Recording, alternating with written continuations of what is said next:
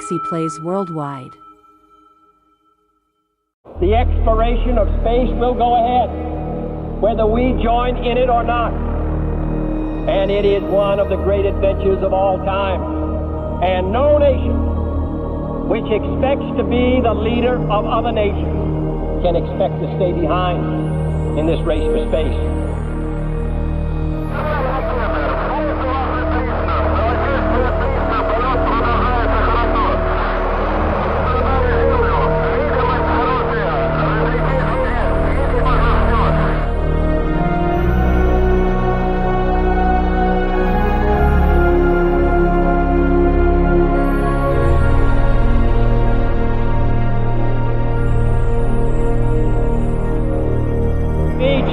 Go to the moon in this decade and do the other things, not because they are easy, but because they are hard.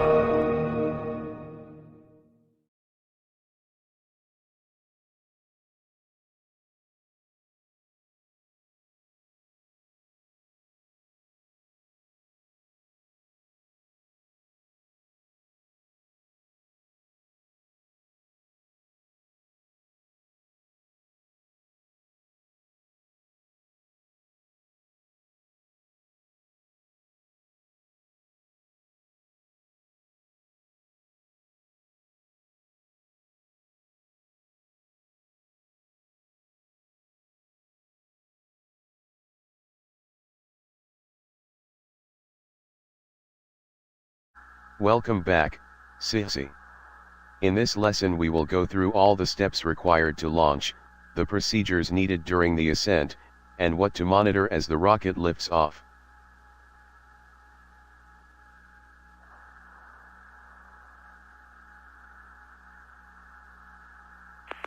The ascent is an automated process, but emergencies can happen, so your task is to monitor all of the gauges periodically while being prepared for an abort. The capsule is now in the normal state when you ingress the capsule, before a mission. Before you can fly, however, you need to perform a few final steps to prepare the cockpit, as we learned in the previous lesson. First, ensure transmit is set to UHF.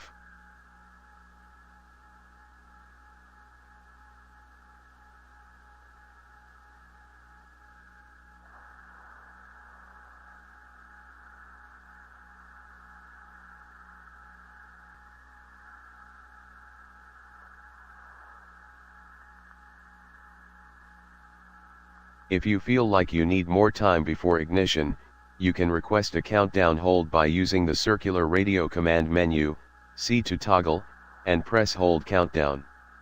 Remember to resume it if you use this feature. During ascent, depending on the launch vehicle, you will go through different stages to reach the velocity required for a mission. The squib bus needs to be armed for this, so arm the squibs.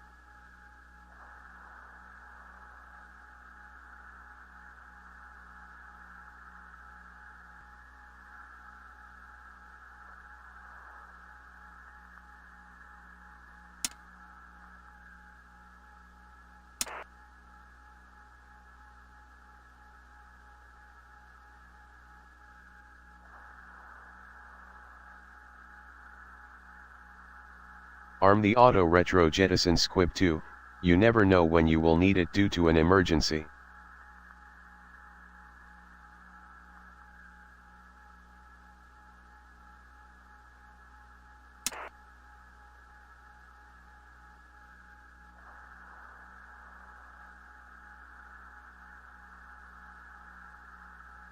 Now we are ready for the launch itself. Resume countdown if you used this feature, then set the launch control switch to ready so ground knows they can trigger the ignition. If this switch is ready, the rocket will launch when the countdown reaches 0.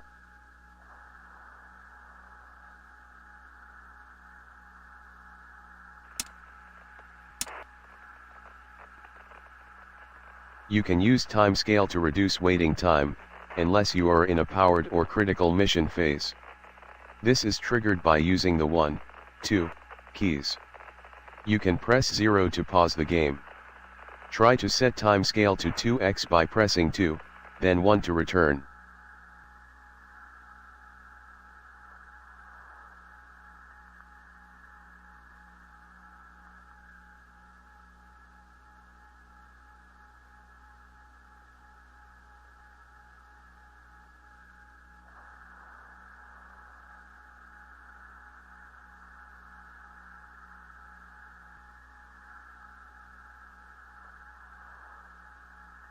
If you have done everything as told, the rocket should be ready for ignition. Once the countdown reaches T0 seconds, the rocket will start to climb and some automatic systems are started. One of them is the time from launch.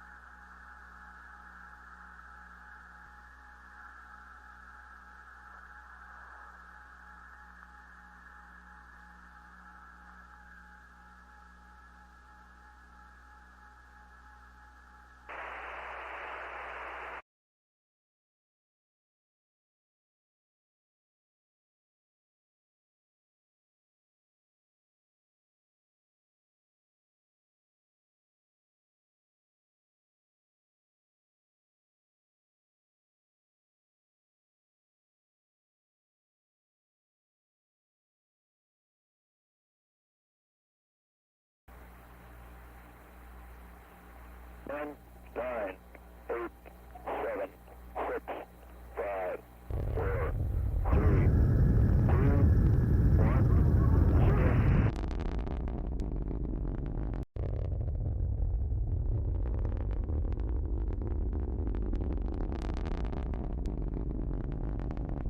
The time from launch timer is located below the analog clock on the timing panel. Once you are gaining altitude, immediately monitor the time from launch clock and check that it has started counting. When you see it is count, report this to ground by using the radio menu, press C, then press clock started. Umbilical disconnect.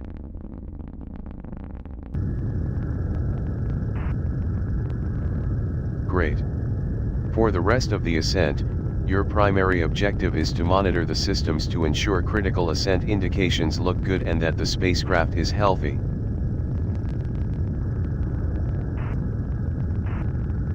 Sixxie, we read you 5 by 5 on UHF.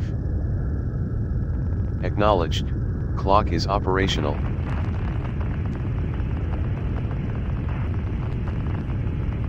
Use the window to ensure visually that you are heading upwards or along the horizon. Cycle through the various gauges quickly and often. I know there are a lot of instruments, but these are vital for a safe ascent.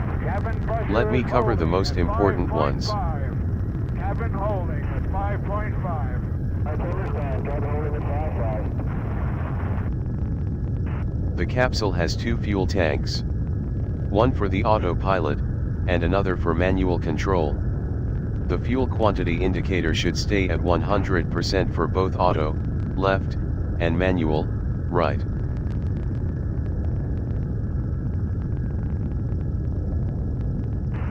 Above the fuel gauge you will find the accelerometer.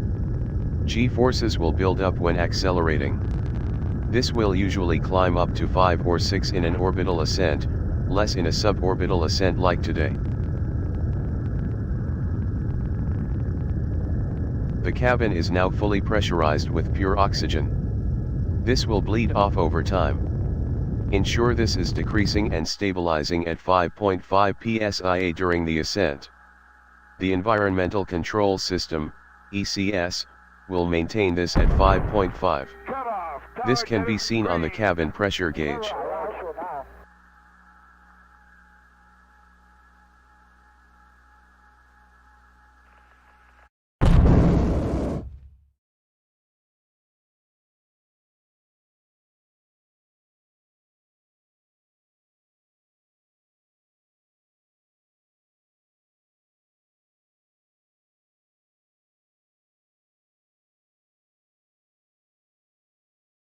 The pitch program will automatically pitch the rocket along the ascent path.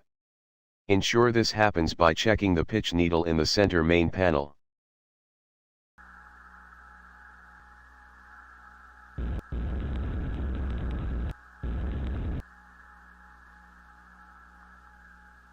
The capsule has 2 oxygen tanks, one primary and one secondary. The ECS is controlling them automatically. When the primary tank is empty, less than 10%, it will switch to the secondary tank.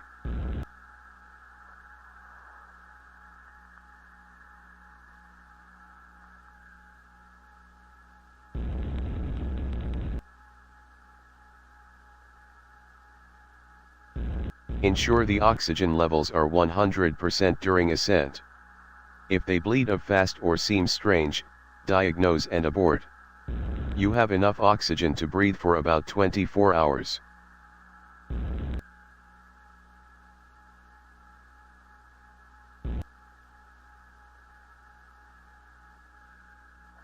A healthy battery shows 24 volts.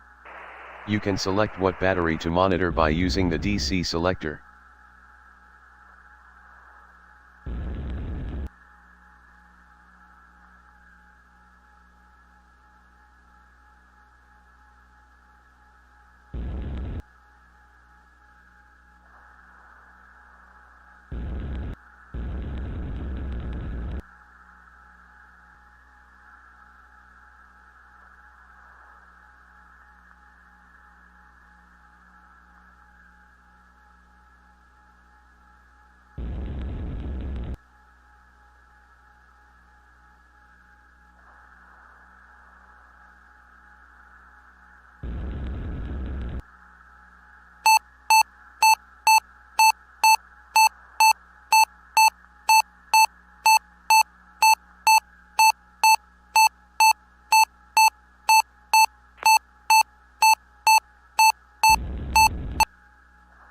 The DC volts on the selected system will be visible on the DC volts gauge. Cycle through the volts of all the batteries to ensure they are all above 24.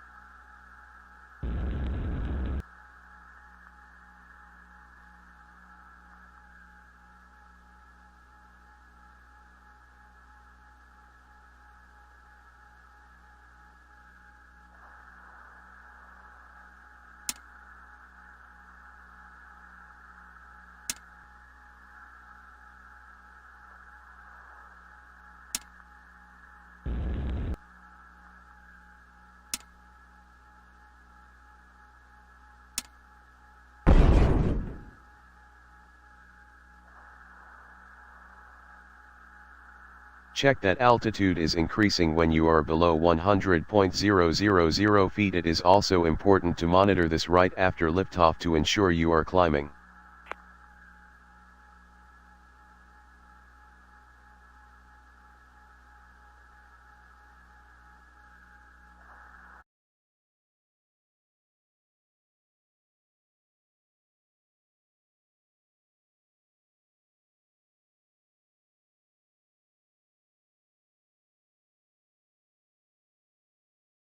Check the cabin air temperature, it is measured in Fahrenheit. If it's too cold or too warm, adjust temperature settings below the hatch, rightmost panel. Never exceed 120 F in either of the circuits.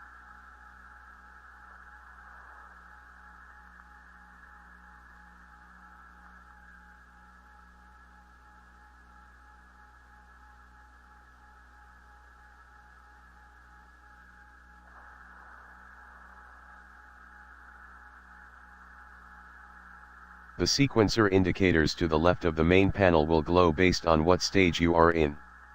White means that it's not processing, orange means it's processing, or something is in need of attention, and green means the step is complete.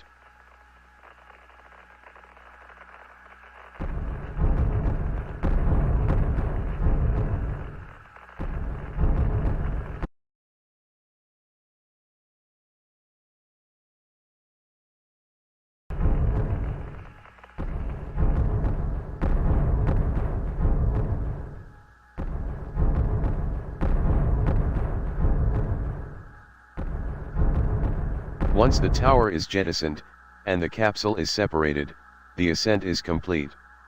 After the ascent, the capsule will rotate 180 degrees in yaw, and position you in a normal orbital attitude automatically.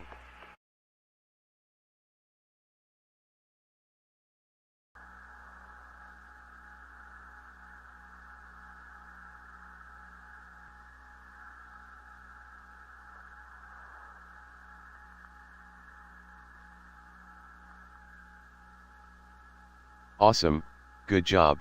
This concludes the Ascent lesson.